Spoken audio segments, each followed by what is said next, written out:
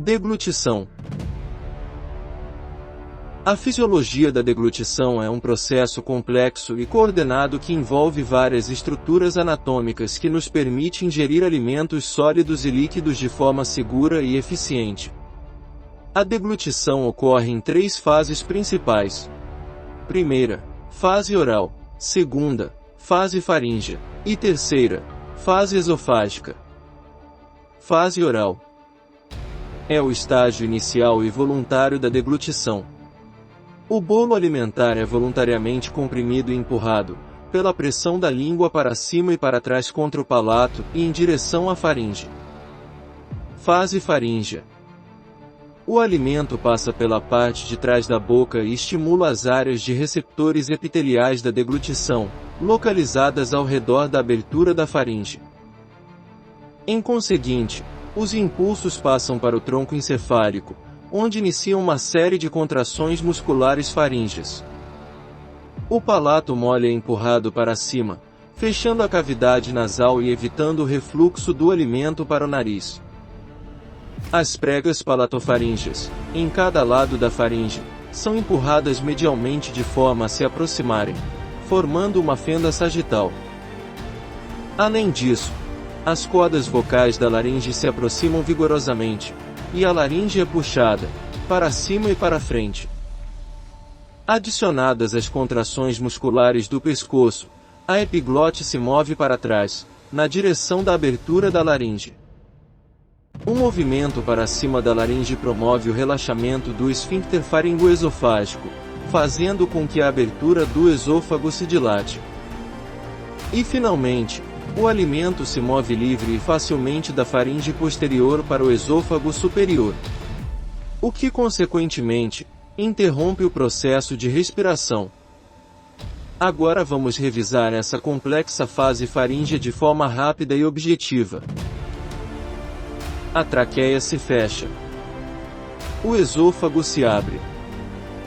E uma onda peristáltica rápida, iniciada pelo sistema nervoso da faringe, força o bolo alimentar para a parte superior do esôfago, permitindo a passagem do bolo alimentar de forma segura e rápida.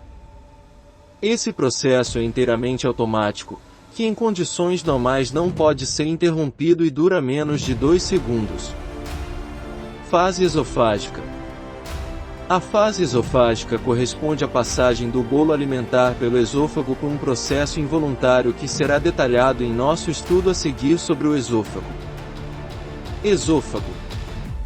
A função primária do esôfago é a de conduzir rapidamente o alimento da faringe para o estômago por meio de movimentos peristálticos. Movimentos peristálticos. Agora, vamos entender melhor o peristaltismo esofágico.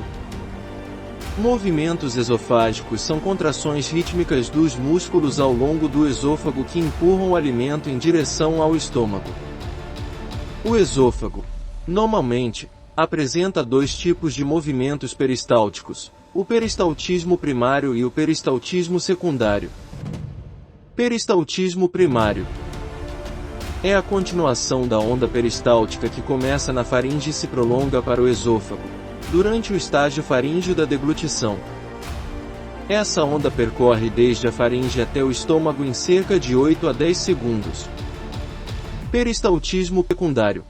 Se a onda peristáltica primária não consegue mover, para o estômago, todo o alimento que entrou no esôfago. Ondas peristálticas secundárias continuam até o completo esvaziamento do esôfago.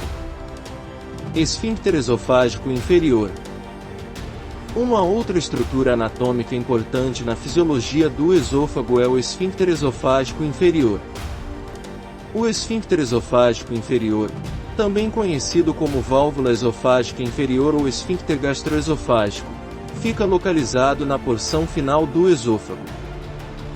Esse esfíncter permanece tonicamente contraído e em contraste com a porção medial do esôfago que, normalmente, permanece relaxada.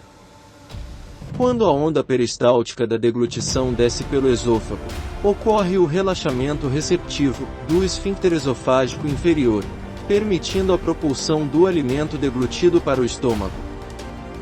A constrição tônica do esfíncter esofágico inferior evita o refluxo do conteúdo gástrico para o esôfago. As secreções gástricas são muito ácidas, contendo enzimas proteolíticas. A mucosa esofágica não é capaz de resistir, por muito tempo, à ação digestiva das secreções gástricas. Resumindo esse complexo processo, o esfíncter esofágico inferior relaxa para permitir a passagem do alimento para o estômago e em seguida se contrai para evitar o refluxo do conteúdo estomacal de volta para o esôfago. Estruturas anatômicas e suas funções. Além dessas fases, várias estruturas anatômicas desempenham papéis essenciais no processo de deglutição e na passagem do alimento pelo esôfago. Língua. A língua é um órgão muscular importante que ajuda a empurrar o alimento para a parte de trás da boca. Epiglote.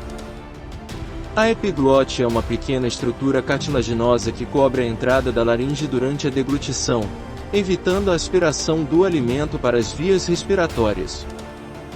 Músculos constritores. Os músculos constritores da faringe são responsáveis por impulsionar o bolo alimentar em direção ao esôfago. Glândulas salivares. As glândulas salivares produzem saliva, que ajuda a lubrificar o alimento e facilita sua passagem pelo trato digestivo. Esôfago. É importante destacar que o esôfago é um órgão altamente adaptado para realizar a tarefa de transporte dos alimentos. Possui uma camada interna de tecido epitelial que reveste seu interior, garantindo o deslizamento suave do bolo alimentar. Além disso, a parede do esôfago é composta por músculos lisos que permitem a contração e relaxamento necessários durante esse processo. Conclusão.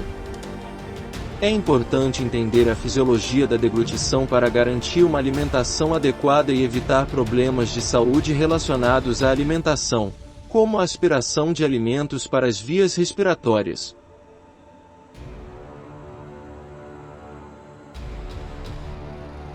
Fisiopatologia.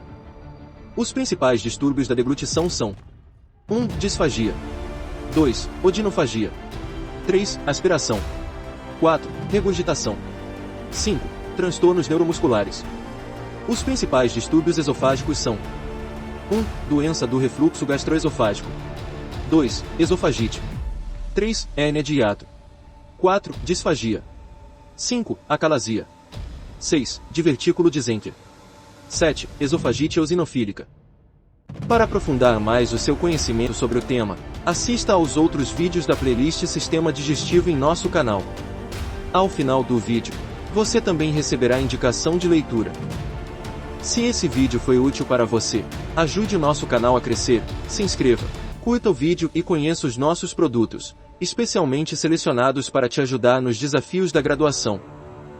Obrigada e até o próximo vídeo. Indicação de leitura.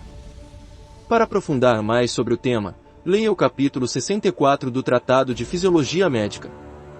Título do capítulo: Propulsão e mistura dos alimentos no trato alimentar. Confira o sumário do livro sobre o sistema digestivo.